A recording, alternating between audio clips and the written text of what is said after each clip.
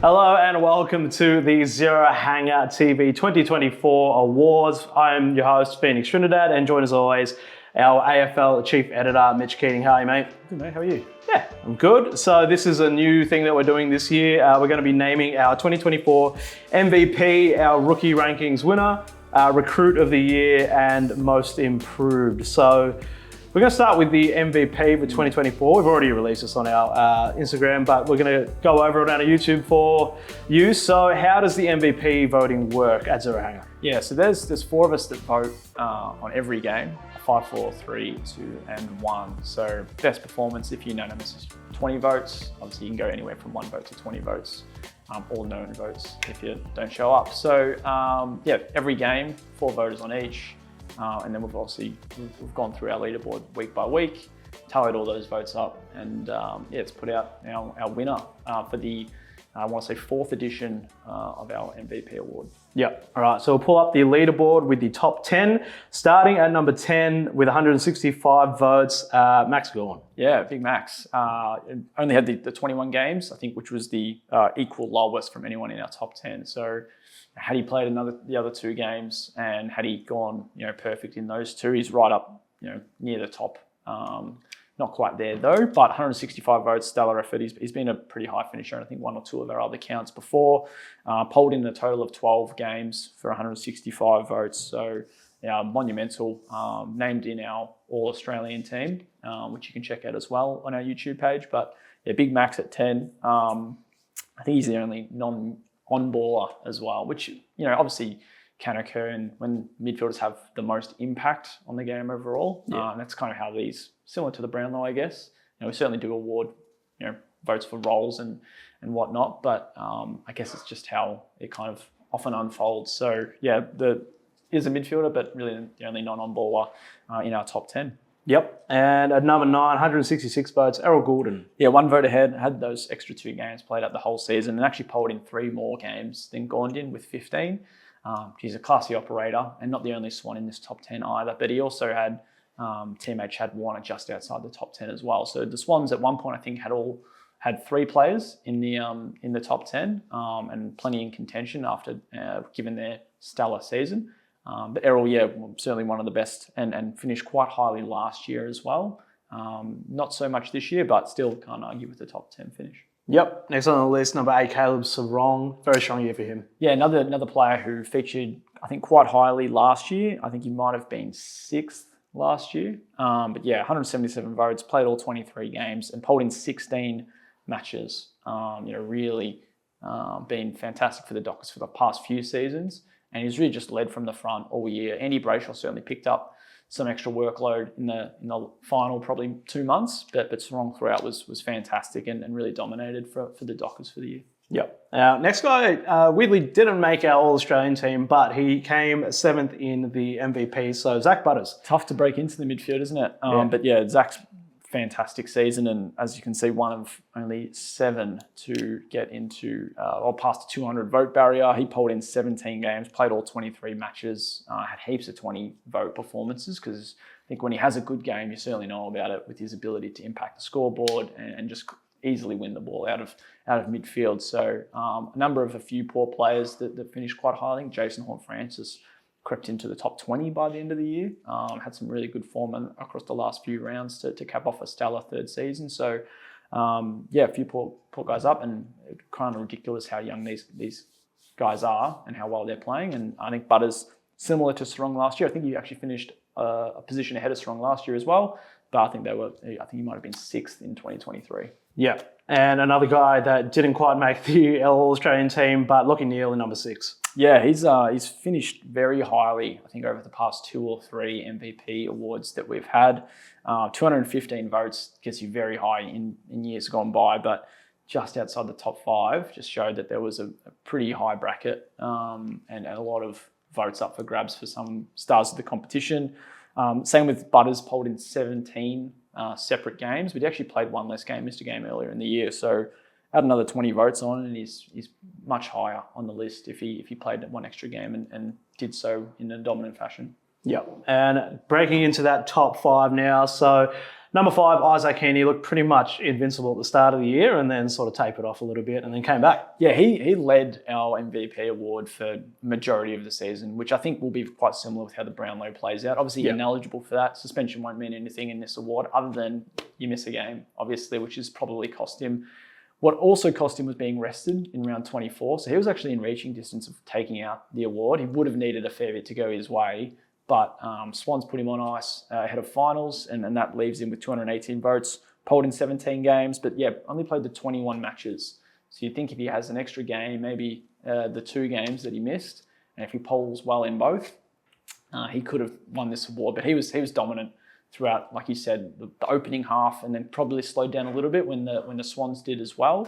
But then he came back really strong to finish. Unfortunately, though, didn't play in their last game of the season, so that kind of hurt his chances in the end. Yep. And at number 4, Marcus Bontempelli. Correct me if I'm wrong. Is this the lowest he's actually finished in the MVP so far?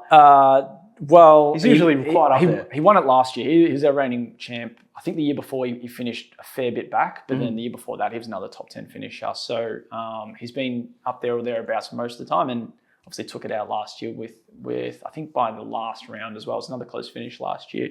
222 votes, played all 23 games, polled in 19 of his 23 games, which is obviously pretty ridiculous. But we might have a couple others that pip him as well. But yeah, fourth place. I think he's every chance to win the Brownlow. And this, 220 odd votes is heaps. But I think when you transfer that to Brownlow votes, it might only be 1 or 2 when you're comparing him in top spots. So he's going to be right up there and thereabouts. And did very well to back up a really stellar year last year where, he took out our MVP. Yep. And anyone from this point onwards usually is a Brownlow favourite. And one of those guys in number 3, Zach Merritt. Yeah, I think he and Bont just took Heaney's place on the podium. He took Heaney's place on the podium, and Bont also went past Heaney as well, given he didn't play in that last round. But Merritt, all year long, absolutely stellar. I think he might have polled in the first 14 or 15 games for the year. Now, obviously, you only need 1 vote. You can get as many as 20. So it doesn't mean that he was the best or top 3 even, or it might not have even been top 5 for all 15 of those games. But he at least got a 1 vote in his first 15 games, polled in 19 for the year. And then pipped the Bont by 3 votes. So not much in it at all. But he's just been stellar. I think when Essendon, when you look at them, and they won a few games, particularly up until about that round 14, 15 mark. He was always just at the top, always a big contributor in those wins. And even when they fell short, he was pretty key for them in staying in it. So podium finish for Zach Merritt, and certainly could be there or thereabouts on Brownlow night. Yeah, probably the best thing about Essendon this year. And in second place, Nick Dacos. Yeah, this was, we'll talk about how the finish played out, but he couldn't have done much more, to be honest. Played 23 games, polled in 18. So that's actually less than what Bont and Merritt had. But obviously when he was at his best, he was very, very much at the top. 253 votes. So the most votes we've ever had is Ollie Wines back in, I think, 2021 when he won the Brownlow. He had 255 votes to his name that year, which is always going to be pretty hard to beat. Dacos came very, very close. Absolutely stellar finish as well. I think he had 40 votes in his last 2 games. He was right. He had the lead for a few weeks as well. He was right in there. I thought on Friday night after that Melbourne win that he might just have it, given that he probably had a perfect performance. There was a thought maybe Josh Dacos might get a 5 vote here or there. But then when we kind of looked at the results from all the voting, 253, you couldn't have asked for much more, to be honest. Yeah, and so as you explained, in number 1, our 2024 Zero Hanger MVP, edging out Nick Dacos by 1 vote, is Patrick Cripps. 1 vote. It's a lead he had over Dacos for the final fortnight of the season. You just thought, if one of them if whoever's really going to have the perfect finish was going to come out on top. It just so happened that they both did. So 40 votes for each of them over their final 2 rounds. It's just ridiculous. The round 24 voting was going to be fascinating because I think it might have been pretty well known that Dacos was going to get the 20 votes. The Cripps one, not so much, just given the Blues lost and he might have had a quiet period during that game. But I think the efforts that he had, particularly in that third quarter, was what I gave the 5 votes for. It was a very hard game to actually judge who was best on. Didn't think he would get unanimous. Didn't think he would get the 20. I thought Dacos had it. But the whole panel gave Cripps 5. And he's pipped Dacos by a vote. You probably think, if Higgins doesn't kick that goal, then it's probably a much easier decision. But I still thought he was the best on the ground. I don't always favour that just because you didn't win, you can't be best on ground. So 254 votes, polled in 20 games. 20 games out of 23 for the year. Now, like I said earlier, you can poll 1 vote. It might not mean you're even in the best top 10, but someone might have liked what they have seen. Played all 23 games, obviously. And he won it a couple of years ago, tied with Tuke Miller. So he's the first one to win multiple MVP titles for Zero Hanger. And certainly rewarding of doing so. But if the votes, as you can see, show you just how close our award is, it's going to be neck and neck for the Brownlow between probably 4 or 5 guys. Yeah, it's going to be a very interesting watch this year. So congratulations to Patrick Cripps, our 2024 Zero Hanger MVP.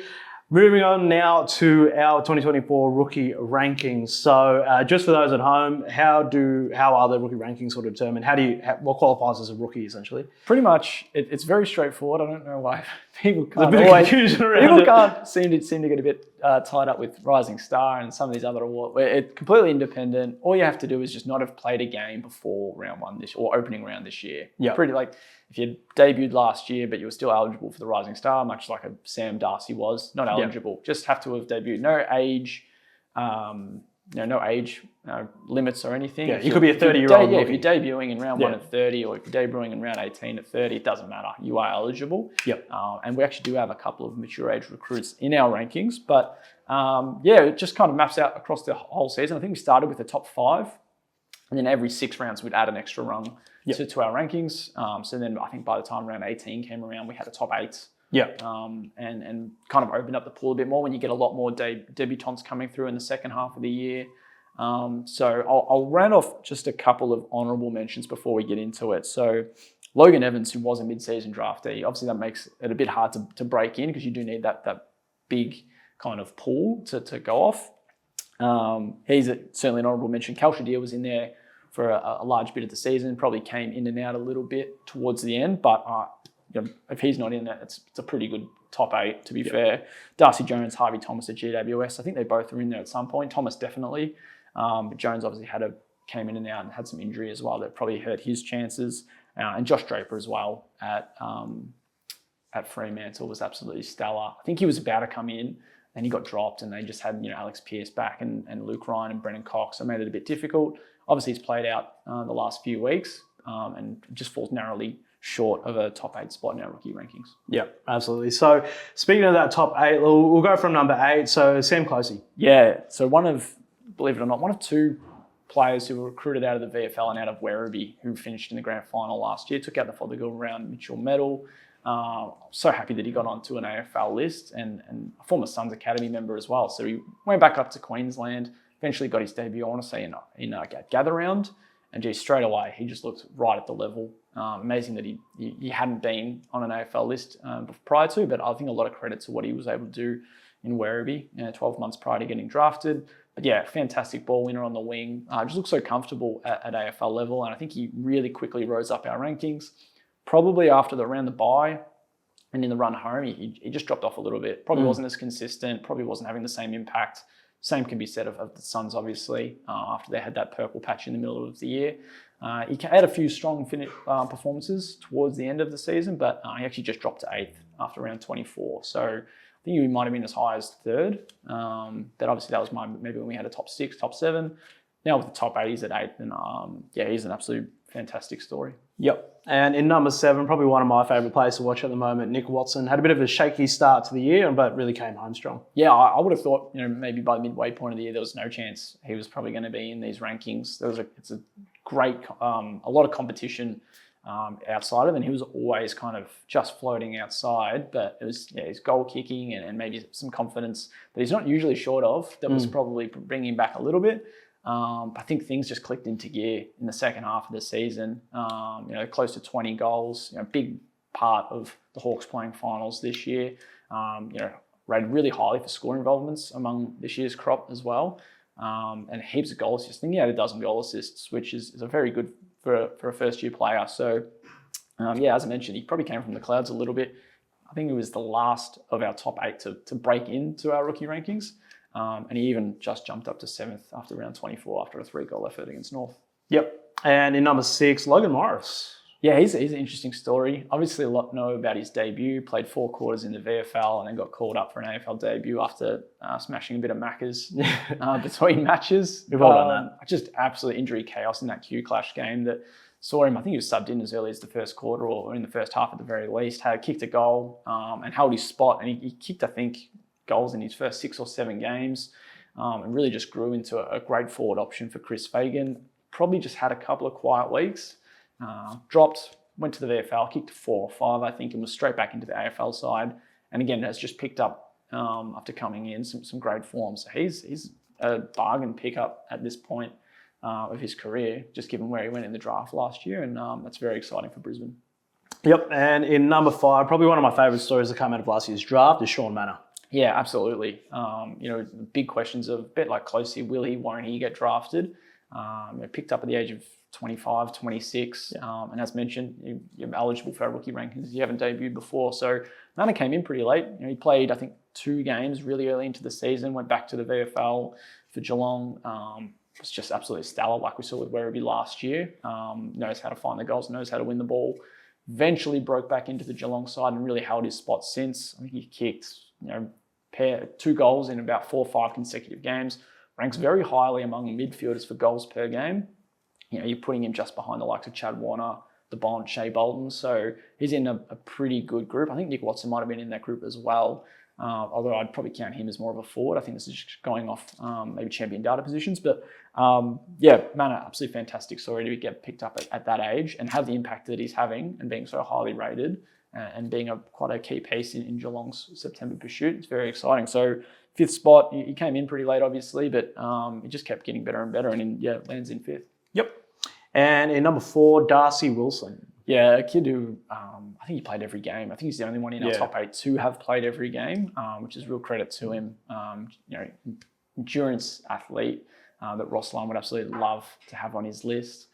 Started the season mostly on the wing, got pushed to half forward a little bit. I think that's when we saw the form maybe drop a little bit. He had some massive performances early in the year. One against North Melbourne, I think he had 25 and 2, and then he had a huge performance against Geelong before the home and away season came to a close that really showed you what he's capable of. But probably between those 2 performances, probably just fell a little bit. I think he might have been as high as 2nd at one point. Just dropped a couple of spots, and it was quite hard to get back into our podium after he had that up and down kind of around 15, 16 area of the season. So very good player to be at 4th overall, and Saints will be wrapped with his year. Yep, absolutely. So coming into the top 3 now, and in 3rd place, obviously my favourite player out of this little crop, so Caleb Windsor. Yeah, what a great season for him. I think he played every game up until that ankle injury, and I thought at that point it was going to be really hard for him to fall off 3rd spot in our rankings. Darcy Wilson did his best to try and move up, but I think what Windsor did before that setback was just a level above. His role in that Demon side to complement Melbourne's midfield group, to hold off players like Lockie Hunter and Jack Billings from getting a game sometimes. Going forward, having scoreboard impact, plenty of run. Very 2 similar players, but probably have different strengths. Like one's a bit more quicker and one's probably a bit more aerobically gifted. But Caleb Windsor was absolutely fantastic for the D's as a pickup, and one to be really excited for the long haul. Yeah, love him up and down that wing. So number 2, Colby McKercher. Yeah, he's I didn't know if he was going to be able to get up to top spot. Yeah. But similar with Windsor and 3rd, with Wilson and 3rd, I thought he did really well towards the back half of the season after coming back from injury. Obviously, he had a few issues throughout the year, mostly with his foot, that probably held him back from going top. He was our leader for, I think, the first month or so, and then was right up there for most of the season before he got injured. Had a few weeks off, obviously, that hurts his chances in our rankings. But just a great ball winner. Obviously, took on the role of having kickouts as well, which most clubs are going to use their best ball winners and smart thinkers to do, and for a first-year player to take on that, obviously helps boost his numbers up a little bit, but I think you look at his possession numbers outside of disposal numbers, and they're still very high. He had a couple of games with 37 touches. I think it's safe to say they're not all just from kickouts, but his pace, his run, there's some great highlights in his first year, and he's going to be absolute ace for them for absolute beast. All right, so number one in our rookie rankings, probably no surprise to anyone. There's a reason he went number one in the draft. So Harley Reid. Just a ridiculous first year with what he's been able to do. Wasn't consistent, and I think that's pretty obvious, but I don't think that's what people were expecting too much.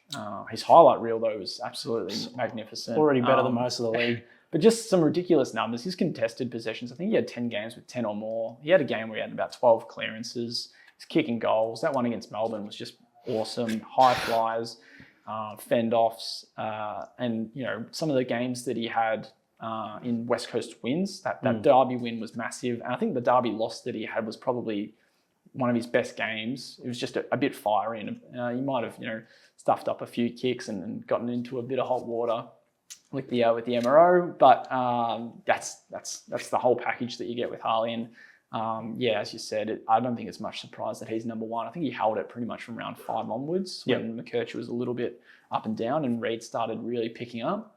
And it was just too big of a gap by the end of the year for that to close. So he's our rookie rankings winner, or number one rookie for the year, I guess you can call it. I think past winners were Nick Dacos and Harry Sheasel. This is our third installment. Those two obviously won the Rising Star Awards. He's ineligible, but like I said, there's no ineligibility for this with suspensions or anything. So he's number one. Yep. No surprises there. Congratulations to Harley Reid. I think he's one of those players that we've had a couple in the last few years where they're built up so much before they get drafted, and they get drafted, but then they sort of exceed. It works out. Dacos, I think, was the same. Lots of talk about him before he got drafted, and then he's Nick Dacos. So Alrighty, so we're going to move on now to our recruits of the year. We're going to do one each. Obviously, pretty straightforward. Who we think the recruit of the year is, and who have you got? We've got Massimo D'Ambrosio. I think this is going to be one that most, if you kind of put the question to most, they'll answer with. You can factor in a little bit on how much a club spends on these recruits as well. Like if it's just a bargain pickup, or if they're putting a lot of money into a player and you want a big return, how do you kind of measure those up? He not only didn't cost them anything, just about. I think it was 2 very late picks. He's in the All-Australian squad. Absolutely magnificent season for him, who he could have stayed at Essendon, had that offer, decided, you know what, might just go try my luck at Hawthorn. I think there's a bit of security in an extra deal, a longer deal as well. But geez, it's paid off for him in the role that they've been able to afford him. Less of a deep defender, head-to-head lockdown player, and more of a free-running wing operator that we saw a little bit before he got drafted. With the Western Jets and with Richmond's VFL, more of a halfback flank. Pushed him a little bit up to the midfield, and geez, he knows how to find a goal. He's been absolutely fantastic for the Hawks. And there's been plenty of other options. I'll let you name yours first before we get into some of the others. But for me, Massimo D'Ambrosio by some distance. So my recruit of the year is Jack Inovan. Came from that premiership team, Collingwood. It's probably a surprise that he ended up going to Hawthorn, but he's just become like a leader in that forward 50. I'm not as analytical when it comes to footy as you are. I go mostly off vibes. But if I actually looked into some of the numbers, and he's just blown apart his previous career. So he's averaging 11.9 disposals across his career. This year's averaging 17.